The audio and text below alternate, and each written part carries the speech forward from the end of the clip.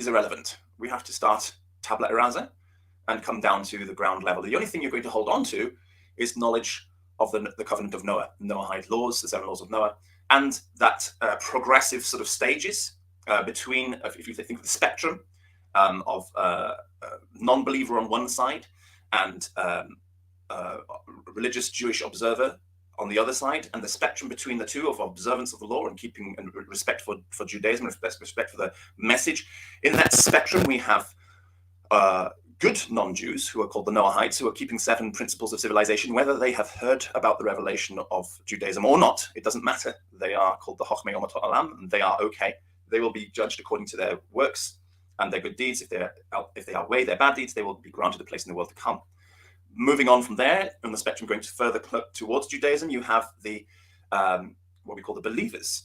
First, the category we just described just now with the Meshulamim, which is slightly equivalent to the Judeo-Arabic Muslim. But moving from there, we have the believers, which is Ma'minim, equivalent to Judeo-Arabic Mu'min, or plural Mu'minin, depending on the conjugation. And this position is described in the Bible as the Ger Toshav, the Toshavim. This is not just Noahites who are keeping 7 principles of civilization. These are people who do that, but they do it specifically because they believe in Judaism. They believe that these 7 laws are divinely revealed to mankind through the revelation of Judaism, and they believe in Judaism, and so they keep the laws of Noah because Judaism says so, not just because they seem like a rational thing to do, but because Judaism says so, and they believe in that. They are believers, and they have a special position. There are more laws which apply to them under the covenant of Mount Sinai. They are Hagar, who stands at Mount Sinai with Sarah, and they are the ones who can be supported by the nation of Israel as residents in the country. If they were homeless, if they were impoverished, if they were starving, the state of Israel has the Jewish state of Israel, not the modern state of Israel. Don't confuse the two.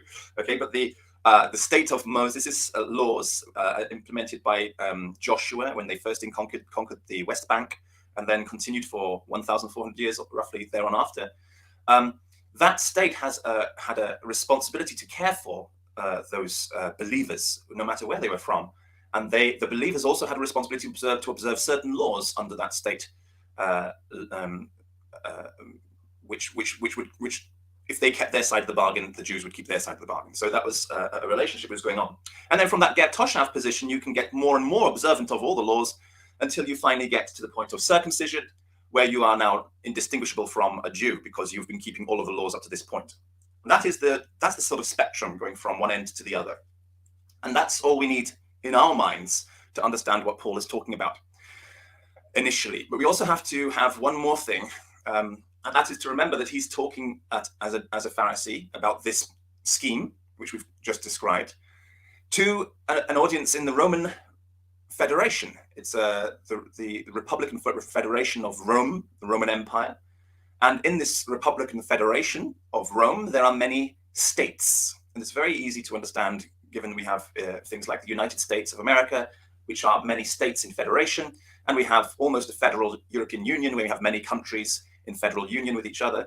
And that is a little bit of a model, if you like. Both the United States and Europe are a little bit of models of Roman Empire. In that, and even China is actually the same, and Russia is actually the same. These are federations of many states united together under a federal system, a federal law. And these states have some degree of autonomy. They have some degree of law, depending on how loose the federation is. The loosest of all the federations would be the European Union, where the countries have a huge amount of autonomy as individual sovereign nations united in federation. And then you have less autonomy with the United States, and then less autonomy with Russia and China, for example, where there are some autonomous regions in Russia, and I believe there are no autonomous regions in China. So this is going from a spectrum, again, another kind of spectrum of loose federation to very strict federation. Okay. Yes, and Faznab also comment about federal here. So yes, you're unmuted, or you can unmute yourself, please. And you can make your comment about the federal. Yeah.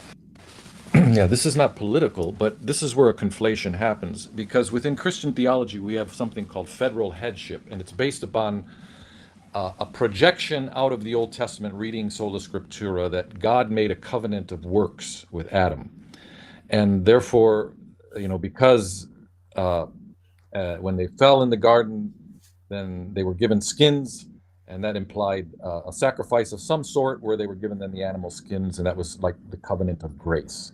And then they lost their status in the garden. They were ejected, and therefore they had to till the ground and do works. I mean, of course, to work in terms of just surviving, but nevertheless, God is the provider of all things. But nevertheless, this was conflated more through a theological structure of federal headship. So when you speak about federation and law and nations, yeah, that is, there's a head to that. It's also something very strong in Christian theology that I think is applicable to this misreading of the law and these projections in Christian theology that don't really.